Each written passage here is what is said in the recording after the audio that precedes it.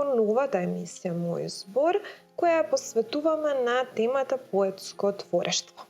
За таа цел во новата емисија разговарам со поетесата Силвана Димитриевска и откриваме кои се специфики на поетското творештво, односно пошто поезијата, односно поетската уметност, се разликува од сите други типови на уметноста.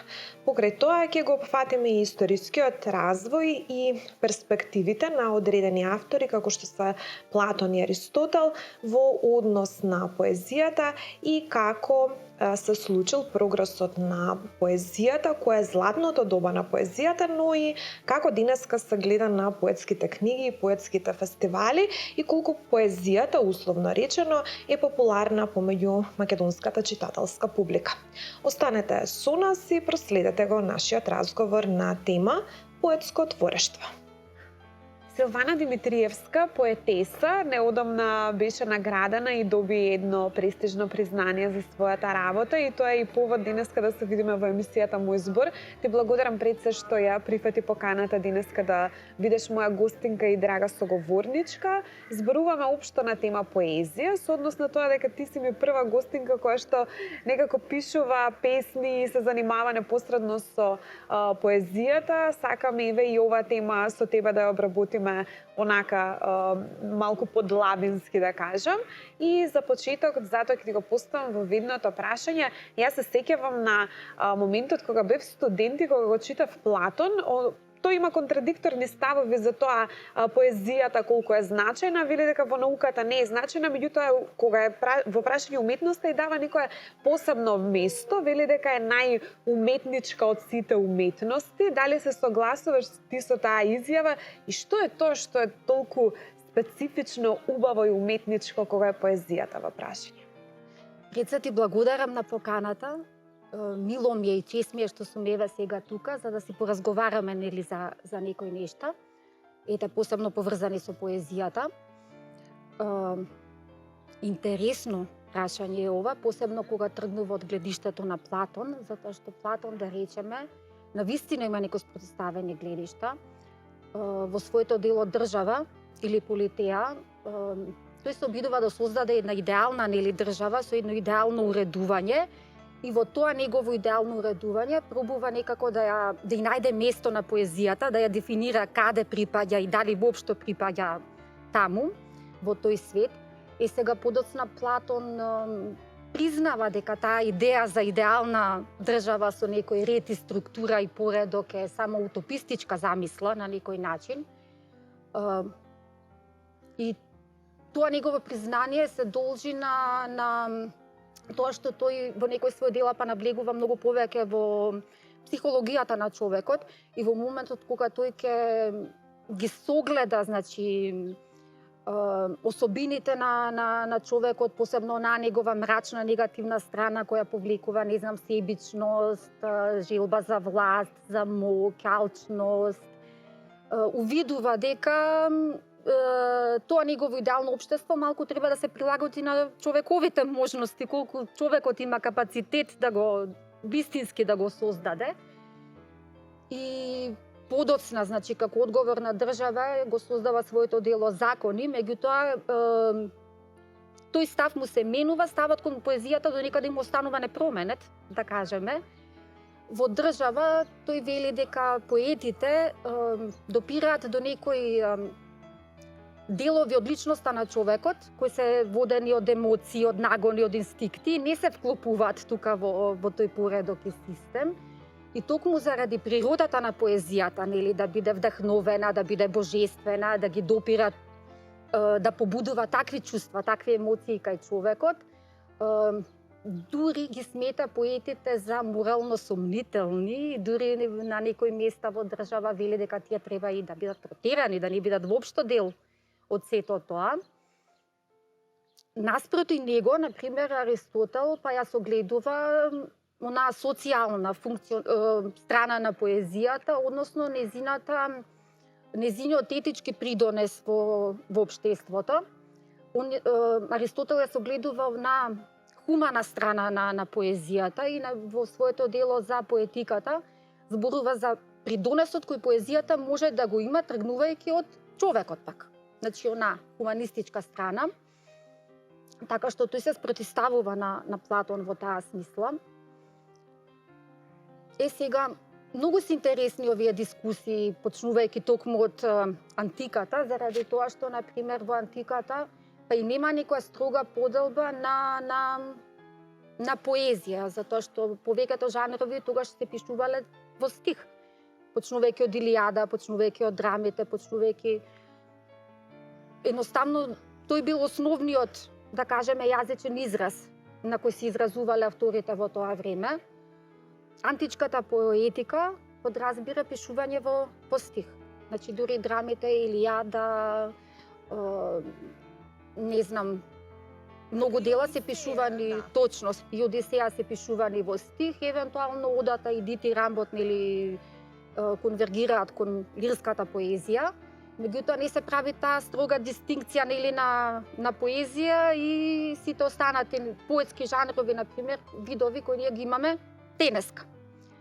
И сега, ако Платон вели дека, не знам, тој не тргнува само од формата на поезијата, значи од тоа дека таа е во стих, туку тој за значењето на поезијата зборува и во поглед на користењето на фигуративниот јазик. Значи, начинот на кој поетите ја создаваат, ја пренесуваат приказната, заради тоа што грчкиот збор поезис означува создава и во таа смисла поетот е создавател. Сега Платон не се согласува со тоа што поетот го создава. Од друга страна, Аристотел го воздигнува поетското творештво до таа мера што зборува за возвишеност, зборува за катарза, тоа е можеби важниот термин кој тој го воведува за поетиката, мислејќи на улогата на поетиката да направи еден вид на прочистување на човекот. Дали тоа ќе биде духовно, дали тоа ќе биде емотивно, меѓутоа мора да ја содржи таа компонента едноставно, самата поезија. Што значи широк спектар има на тоа што е поезија и што представува и во што е нејзината посебност. Мене, например, лично, од времето кога сум студирала како студент на катедрата за општа и компаративна книжевност, најреволуционерно, највозбудливо, еден вид на откровение книжевно, ми било стојалиштето на символистите. Како тие ја доживуваат поезијата, затоа што тие го воведуваат онаа теорија на чиста поезија. Уметност заради уметност. Нели, поезија која постои сама за себе. Например, еден класичен пример за тоа е Бодлер со Врски, со својата песна Врски, која буквално го означува тоа, песна сама за себе. Тука се надоврзува, например, и Стефан Маларме со своето познато дело Коцката е фрлена, кој пак оди чекор понатаму и кажува дека песната не сме да биде еден вид на соопштување, односно во моментот кога таа соопштува, губи 3/4 од својата изворна смисла. Значи, песната сама под себе, или онаа доктрина на символизмот, мора да биде слика, мора да биде да разбуди слики, мора да биде символ, мора да означува нешто повеќе отколку само една обична информација. Така што заклучокот е дека што е особеноста на поезијата? Тоа што ние сме предизвикани од антиката до денес да го поставуваме тоа прашање. Што е поезија? И постојано се предизвикуваме самите себе, постојано имаме поинаков одговор, постојано имаме поинаква перспектива, поинакво согледување кое зависи и колективно, во смисла нели на општествените околности, во какви општествени околности се наоѓаме во моментов и во какви околности се создава таа поезија и на едно индивидуално ниво. Значи, како оне што ја пишува или ја чита, во моментот ја доживува, ја перципира, ја согледува во зависност од својот габарит кој го носи. Дали е тоа образовен, дали е психолошки, дали е емотивен, затоа што, како велат, песната живее на милион различни начини. Зошто? Затоа што секој оно што ја чита различно ќе ја доживее. Така. Кога сме веќе кај доживувањето во прашање, мислам дека поезијата е тука има клучна улога да го победи тоа субјективно доживување и дека тој субјективизам во начинот на кој што се перцепира самата поезија и самата поетска творба е најјасен во поезијата. Во сите други случаи можеби можеме да поставиме објективни стандарди, меѓутоа кога е поезијата во прашање, таа е потполно субјективна. И она што сакам да те прашам е веќе кога почнавме да зборуваме за поезијата ради сама поезија, уметноста поради самата уметност или поезија која што има друга функција, мене секогаш ми било битно дали поезијата пренесува некаква порака, особено некаква дидактичка порака, дали може да го разбуди тој момент на морално просветлување, на некаква катарза, на донесување на некаков заклучок, да побуди некоја промена, внатрешна револуција, да потикне акција. Дали поезијата има таа способност, затоа што ќе тргнам од себе да не зборувам во името на некоја група која што не ја познавам баш добро, меѓутоа од себе кога ќе тргнам, одам на поетски настани затоа што за мене тоа представува еден тип на уживање, каде што целосно е некоја приредба на убаво, на зборови кои што имаат некаква хармонија, некаква ритмика и така натаму. Значи, моето доживување на поезија е како нешто што е убаво и образувано со помош на самите зборови. Меѓутоа, има ли друга функција? Како ти ја разбираш поезијата и какви се твоите песни, например? Како се разбира поезијата е многу поврзано, нели, со она претходно што го зборувавме, како секој од нас, нели, индивидуално или колективно ја доживува и како се пронаоѓа во неа.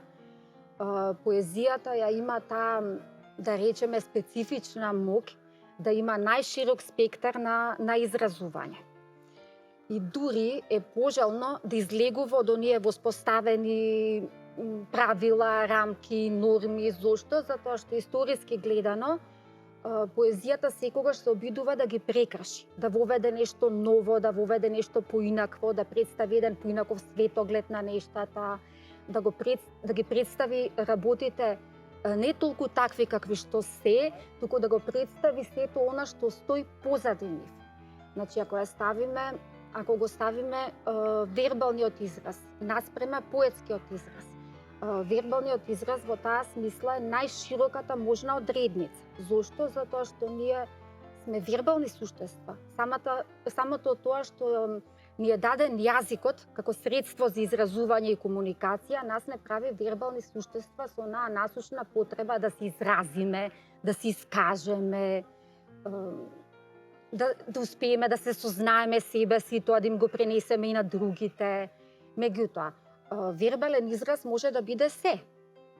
Еве, ако јас на тебе сега ти кажам колку убав ден е денеска, со птици што пеат, во каква убава природа, тоа е прилично убав вербален израз и ке тебе ќе пробуди одредени чувства, меѓутоа ќе остане на ниво на информација. Ти можеш да се сложиш со мене, да го потврдиш тоа, да речеш да, така е. Меѓутоа, ако јас на тебе ти ја изрецитирам Тишина од Ацо Шопов и ти речам, ако носиш нешто неизречено, нешто што те притиска и пече, закопај го во длабока тишина, тишината сама ќе го рече. И тоа е вербален израз. Меѓутоа, кај тебе ќе пробуди многу повеќе. Ќе пробуди многу повеќе емоции, ќе пробуди многу повеќе слики, ќе пробуди многу повеќе символи, ќе те асоцира на нешто подлабоко во себе, нешто што ти лично го имаш доживеано. И тоа е, например, таа моќ на поезијата да представува еден специфичен вербален израз кој ќе остави впечаток и трага. Значи, Ацо Шопов е нешто што верувам дека повеќето наизуд знаат да ја кажат тишина, како еве јас сега што го сторив тоа. Зошто?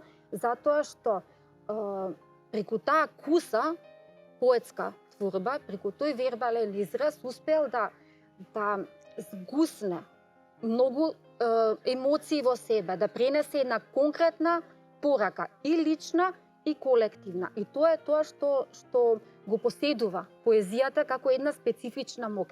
Мора во себе да пренесува порака. И тоа е многу дискутабилно каква порака сака да пренеси, колку се пораки може да бидат пренесени преку поезијата. Зошто? Затоа што ние имаме неброено различни начини на кои поетот се изразува низ една песна. Понекогаш тој можеби сака да едноставно да искаже некоја констатација од реалниот живот. Понекогаш тој можеби сака само да изрази некој свој чувства, некој свој моментално доживување на нештата. Па тоа едноставно да биде еден лирски исказ на своите емоции. Понекогаш тој сака да искаже некоја отворена критика кон она што се случува. Неодамна Маргарет Атвуд, годинешната добитничка на Златниот венец на поезијата, имаше еден феноменален говор, нели, кој традиционално, нели, добитникот на таа награда го одржува во Света Софија во Охрид. И меѓу другото во говорот кажа дека настрана она возвишеното што поезијата го поседува во себе и кон кое секој поет се стреми, нели, да го постигне, понекогаш пораката на поезијата е чисто да ја пренесе вистината, да проговори за неубавите работи, да проговори за некои злосторства што се случуваат во човештвото, да удриш лаканица едноставно на општеството за тоа какво и какво треба да биде. Во таа насока Шели има кажано дека поетите се несудени законодавци на овој свет, што не секогаш им се допаѓа, нели, на вистинските законодавци или авторитети во општеството. Значи, моќта на поезијата мора да биде согледана во пренесувањето на таа порака. Во спротивно, поезијата ќе остане на ниво само на информација, на нешто што е кажано без да остави некоја посебна трага, влијание или да предизвика нешто. Далеко од тоа дека поезијата ќе го спаси светот. Обично велиме, тргнувајќи, нели, од онаа позната изјава на Достоевски, убавината ќе го спаси светот. Апропо тоа, поезијата како еден од најубавите, да кажеме, жанрови преку кои може да се искаже човекот. Ние поетите често знаеме да кажеме поезијата ќе го спаси светот. Меѓутоа, не во таа некоја идеалистичка смисла дека поезијата сама по себе ќе го стори тоа. Спасувањето на светот тргнува од спасувањето на секој од нас засебно. Промените во светот тргнуваат од промените кои човекот ги прави пред секај себе лично, па потоа тоа како едно камче фрлено во морето кое, нели, го фрлаш и се шири во концентрични кругови, се шири како влијание во светот. Значи, во таа смисла поезијата ја има моќта да делува на поединецот. Значи, во него да разводи чувство за одредена промена, за потреба да проговори за нештата, да ги смени нештата и со тоа и да влијае на нештата околу себе. Така. Имам впечаток дека кога се говори и за уметност, и за поезијата, и за филозофијата и така натаму, за куп други општествени науки, многу често како да постои некое внатрешно толкување во рамките на кругот, во рамките на фелата, за тоа кое е значењето, моќта и влијанието кој што го има еве конкретно поезијата или филозофијата и така натаму. Меѓутоа, кога ќе излеземе надвор, како што рече ти, во реалниот свет и кога ќе појдеме во една книжара и прашаме кое е најпродавано дело, тоа обично се некои романи и тоа со специфичен жанр, точно се знае, например, македонската читателска публика кон што има афинитети и преференции кога е жанровската одредба во прашање, некако поетските книги помалку се купуваат, помалку се читаат, помалку се говори за поетските настани, отколку за еве бестселери кои што обично се прознојазични изразувања.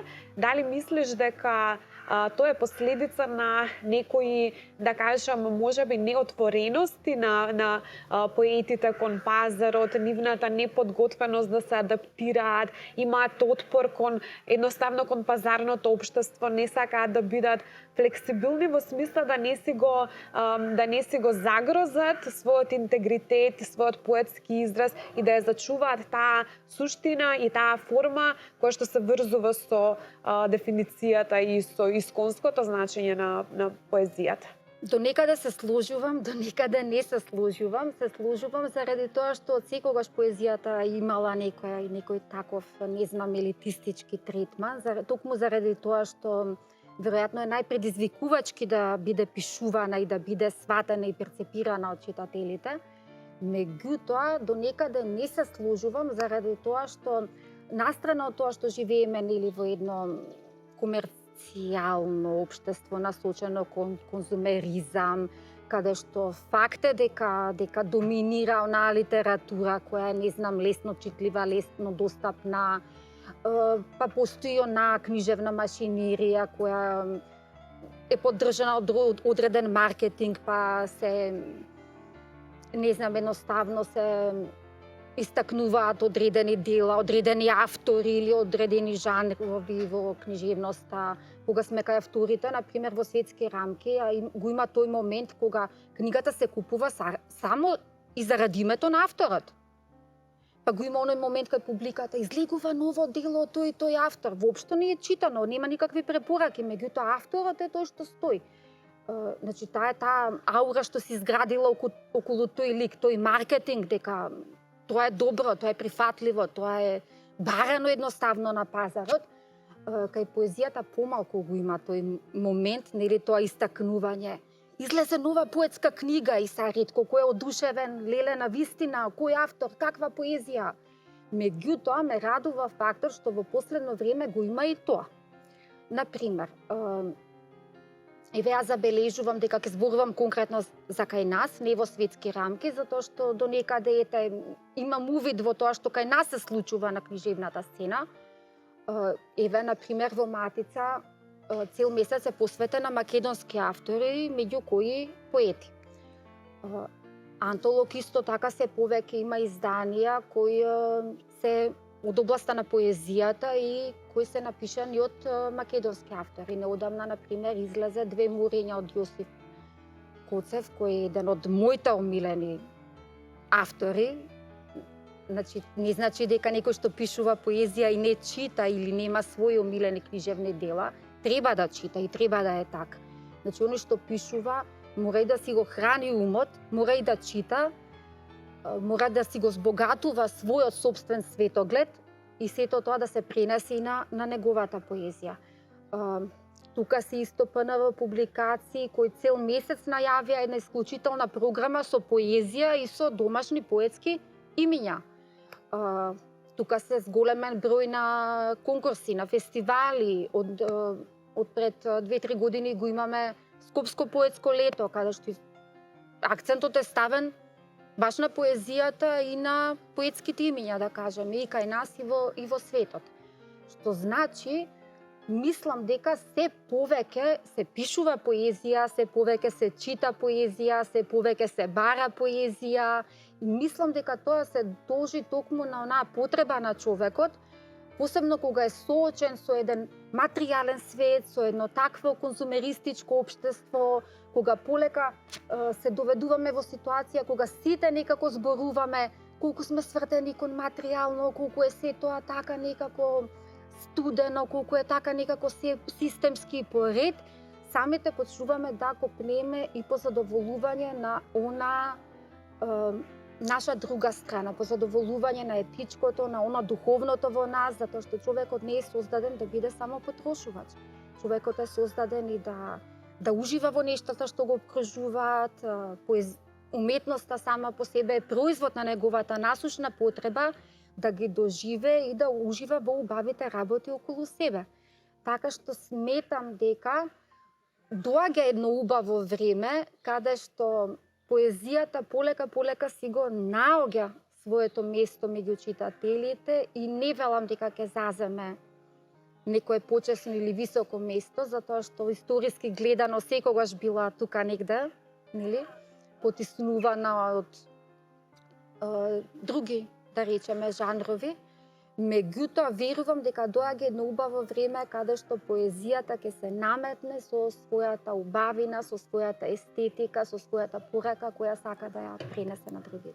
Мене ме радува тоа време, баш поради тоа што мислам дека поезијата се врзува за она што е универзално кај човекот и мислам дека нема социјална функција, односно не реагира социјално на конкретните општествени случувања и не треба така да биде, туку едноставно шири некои универзални пораки кои што се врзани за човечкото битие и времето кога ќе настапи поезијата на пиедесталот, мислам дека е времето кога човечноста кај сите нас и човечките потреби и пориви и побуди ќе победат над сите други да кажам, конкретни општествени случаи кои што не обкружуваат. Уште едно кусо прашање за крај. Обично, еве како ќе зборувам како лаик, како некој кој што има некоја своја перцепција, можеби и погрешна претпоставка за тоа што представува поетскиот израз. Се мисли дека кога ќе земете поетска книга, таа има помал број на странички од роман, на пример, има помалце текст, помалку содржина во самата поетска книга и се мисли дека е многу лесно да се пишува поезија, затоа што тоа се неколку реченици кои што ќе ги склопите во едно попладне или во еден здив, или ви треба многу помалку време за да напишете една поетска книга, отколку да напишете еден роман, па тоа да се издава во томови, па во продолжение и така натаму и така натаму. Меѓутоа, колку е тешко да се изгради таа вештина на поетскиот израз и во толку кус простор и со префинет избор на зборови да ја пренесете она емоција и она порака токму како што вие поетите сакате. Колку е потребно и колку е тешко да се изгради таа вештина, впрочем.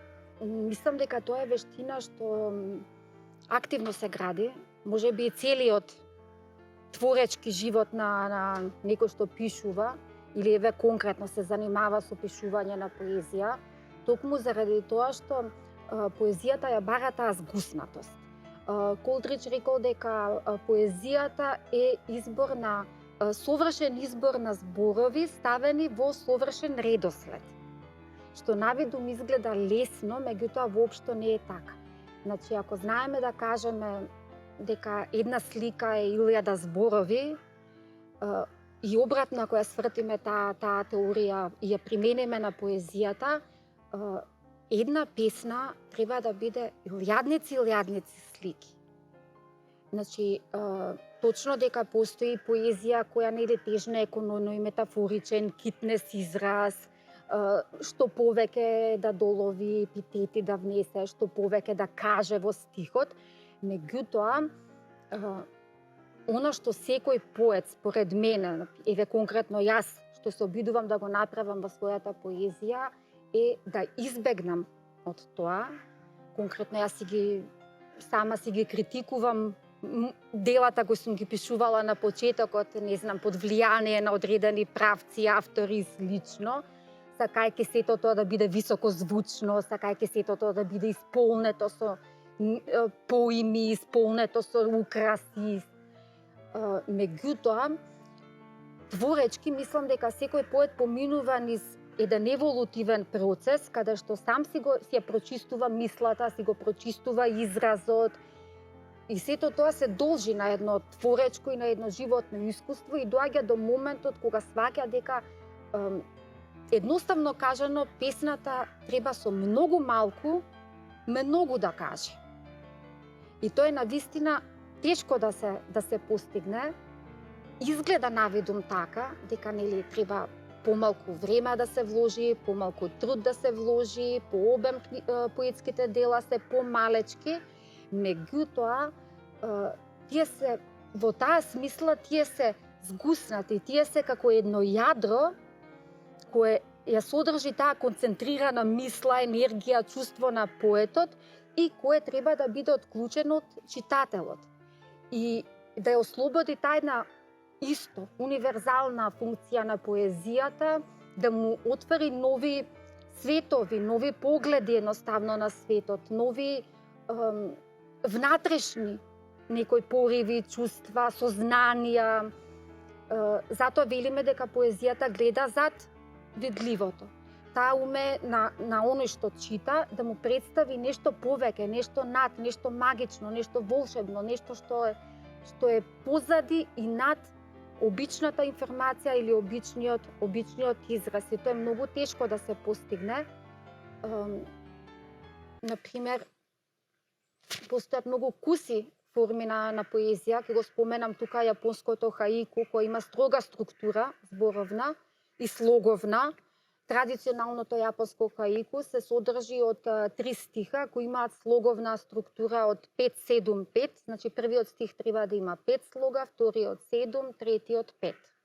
И тоа е прилично строго. А сепак во толку малку поетот треба да долови некоја сензација од природата, проткаена со емотивно чувство, како оној што ја пишува ја доживеал таа сензација и што тоа предизвикало и пробудило во него.